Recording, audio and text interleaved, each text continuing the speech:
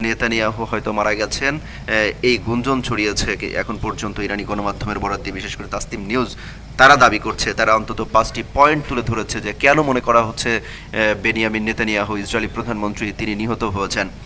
তার অন্যতম সুনির্দিষ্ট কারণ হচ্ছে বেশ কিছু ইঙ্গিত মিলছে বলা হচ্ছে, সেই ইঙ্গিতের উপর ভিত্তি করে এই ডালপালা মিলতে শুরু করেছে যে তিনি মারা গিয়েছেন, এমন গুঞ্জন ছড়িয়েছে। প্রথম যে ইঙ্গিতটি তারা উল্লেখ করছে, প্রায় 3 দিন ধরে নেতানিয়াহুর ব্যক্তিগত চ্যানেলে কোনো ভিডিও দেখা যায়নি।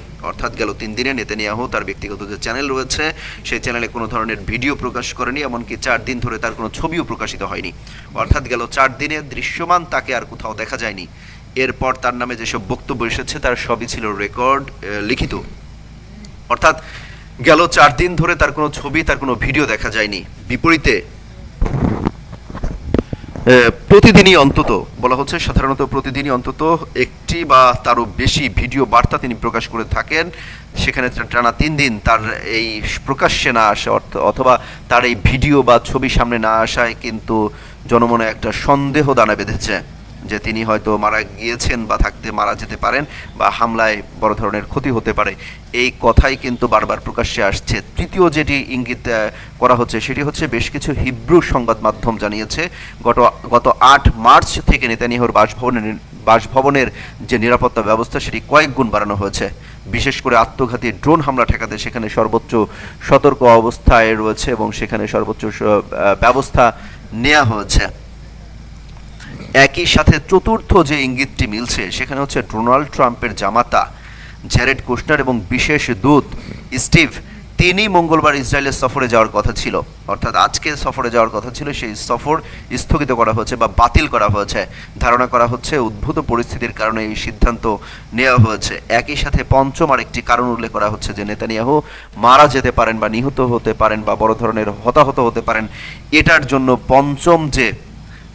পঞ্চম যে যুক্তিটি বা ইঙ্গিতটির কথা বলা হচ্ছে সেটি হচ্ছে, ফরাসি প্রেসিডেন্ট ইমানুয়েল ম্যাক্রন তার সাথে নেতানিয়াহুর একটি ফোন আলাপ প্রকাশ করা হয়েছে, কিন্তু ওই ফোন আলাপ সুনির্দিষ্ট কোনো তারিখ নেই। অর্থাৎ কবে তিনি ফোন আলাপ করেছেন, সেটি কবে কথা হয়েছে, এরকম কোনো কারণ, কোনো তারিখ উল্লেখ করা হয়নি। এসব গুঞ্জনের কারণেই কিন্তু মূলত এই ডালপালা মিলতে শুরু করেছে যে নেতানিয়াহু হয়তো বা হামলায় আহত হয়েছেন।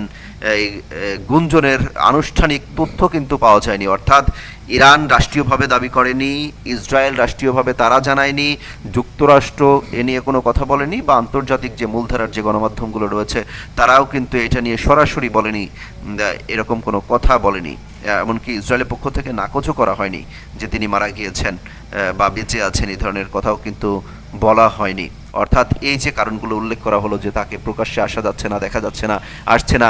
দর্শক, আপনারা স্ক্রিনে দেখতে পাচ্ছেন, গত জুনে যখন 12 দিনের যুদ্ধ সংঘাত হয়েছিল ইরান বনাম ইসরায়েলের মধ্যকার, তখন কিন্তু বেনিয়ামিন নেতানিয়াহু তিনি নিজে বিভিন্ন ক্ষয়ক্ষতি হয়েছে সেইগুলো পরিদর্শন করেছেন। তিনি সব কিছু প্রকাশ্যে এসেছেন, প্রতিনিয়ত তিনি এসেছেন এবং সৈন্য যারা আছেন তাদের মনোবল চাঙ্গা করার জন্য তাদের সাথে সাক্ষাৎ করেছেন। সেই ফুটেজ, সেই দৃশ্য কিন্তু আমরা গণমাধ্যমে দেখছিলাম, আমরা দর্শকদের দেখাচ্ছিলাম, যুগান্তরের যেসব দর্শক রয়েছেন তাদের দেখাচ্ছিলাম। কিন্তু এবার যে 4 দিন ধরে তাকে প্রকাশ্যে দেখা যাচ্ছে না বা তার কোনো ফুটেজ নাই, তার কোনো ভিডিও নেই, এমনকি ডোনাল্ড ট্রাম্পের সাথে তার কথোপকথনের কোনো দৃশ্য নেই, তারপর থেকে কিন্তু ডালপালা মিলতে শুরু করেছে। আসলেই কি ইসরায়েলের যে প্রধানমন্ত্রী বেনিয়ামিন নেতানিয়াহু তিনি মারা গিয়েছেন কিনা? তাসনিম নিউজের খবরে বলা হচ্ছে যে তার বাসভবন লক্ষ্য করে ক্ষেপণাস্ত্র হামলা ছোড়া হয়েছিল, সেখানে তিনি হতাহত হয়েছেন, নিহত হয়েছেন অথবা গুরুতর আহত হয়েছেন। একই সাথে আরও একজন তার ভাই তিনি আহত হয়েছেন, এই তথ্য জানানো হচ্ছে। গত 28 ফেব্রুয়ারি থেকে ইরান এবং যুক্তরাষ্ট্র ইসরায়েলের মধ্যকার যে যুদ্ধ পরিস্থিতি চলছে সেই যুদ্ধ পরিস্থিতি ব্যাপক রূপ নিয়েছে। অর্থাৎ গোটা মধ্যপ্রাচ্যে একটি উত্তেজনা ছড়িয়ে পড়েছে। দেশে দেশে যেসব মার্কিন ঘাঁটি রয়েছে, বিশেষ করে মধ্যপ্রাচ্য জুড়ে যেসব মার্কিন ঘাঁটি রয়েছে সেসব মার্কিন ঘাঁটিতে কিন্তু ব্যাপক হারে হামলা চালানো হয়েছে।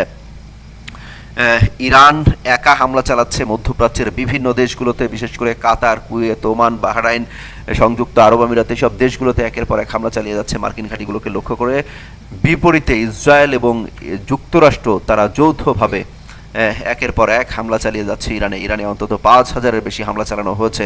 এর মধ্যে ড্রোন হামলা, বিমান হামলা, ক্ষেপণাস্ত্র হামলা, বোমা হামলা, এইসব একের পর এক কিন্তু হামলা চালানো হয়েছে। এই হামলার পরিস্থিতির কারণে ইরানে ব্যাপক ক্ষয়ক্ষতি হয়েছে।